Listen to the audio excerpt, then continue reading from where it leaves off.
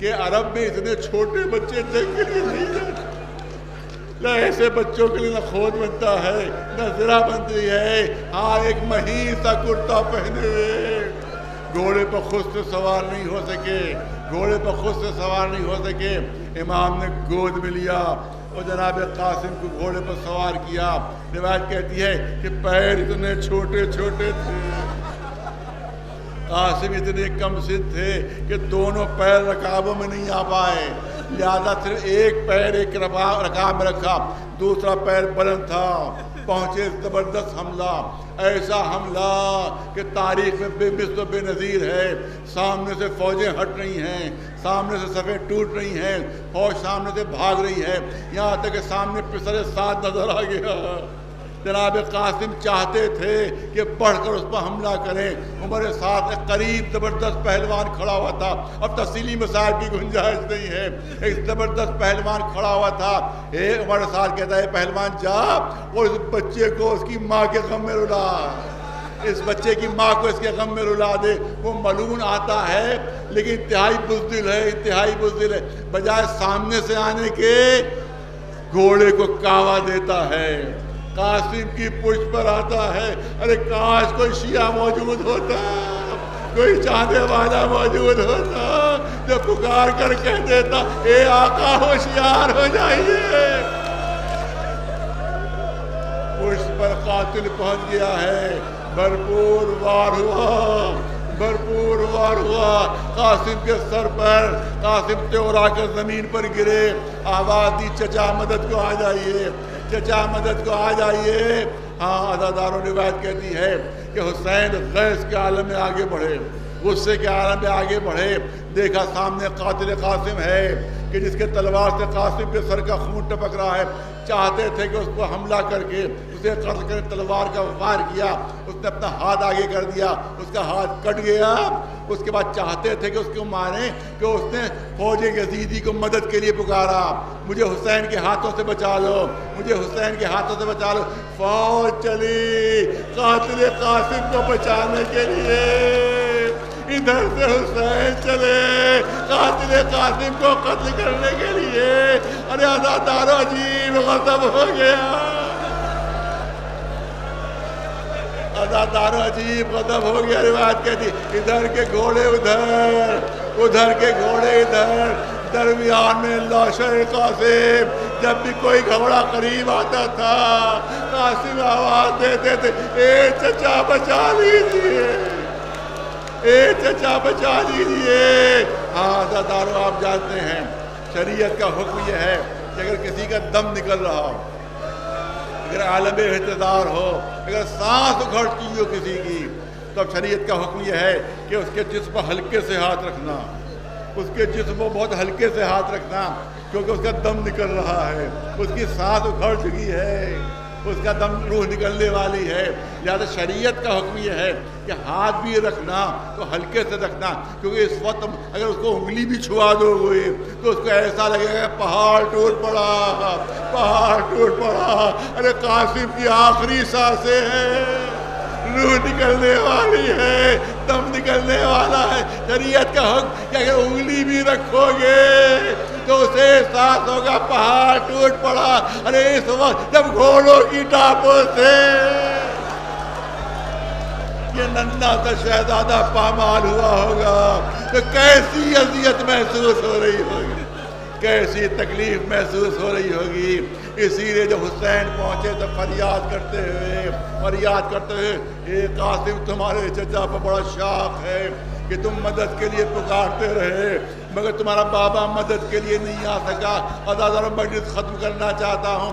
روایت ہے کہ اس طرح سے لاش اٹھائی کہ سینے سے سینہ ملا ہوا, پیر زمین پر خط دیتے ہوئے. اس کا مطلب ہے گھوڑوں کی ٹانگوں سے جس میں قاسم اتنا کچل گیا تھا کہ حسین کے سینے سے سینہ ملا ہوا, پیر زمین پر خط دیتے ہوئے. ایک روایت پڑھ چکا ہوں مگر فرمائش ہے یہ پڑھنا چاہتا ہوں. ایک روایت اور بھی ہے, ایک روایت اور بھی ہے کہ جب حسین میدان میں پہنچے تو قاسم کی لاش نظر نہیں آئی. حسین نے پکارا اے قاسم, جواب نہیں آیا. پھر پکارا اے قاسم, جواب نہیں آیا۔ روایت کہتی ہے کہ ایک بلندی پر حسین جاتے ہیں، اس کے بعد آواز دیتے ہیں قاسم امام وقت کی حیثیت سے میں تمہیں پکار رہا ہوں، کہا ہو جواب دے دو۔ روایت کہتی ہے قاسم کو گھوڑوں کی ٹانگوں سے پامال کر کے ٹکڑے ٹکڑے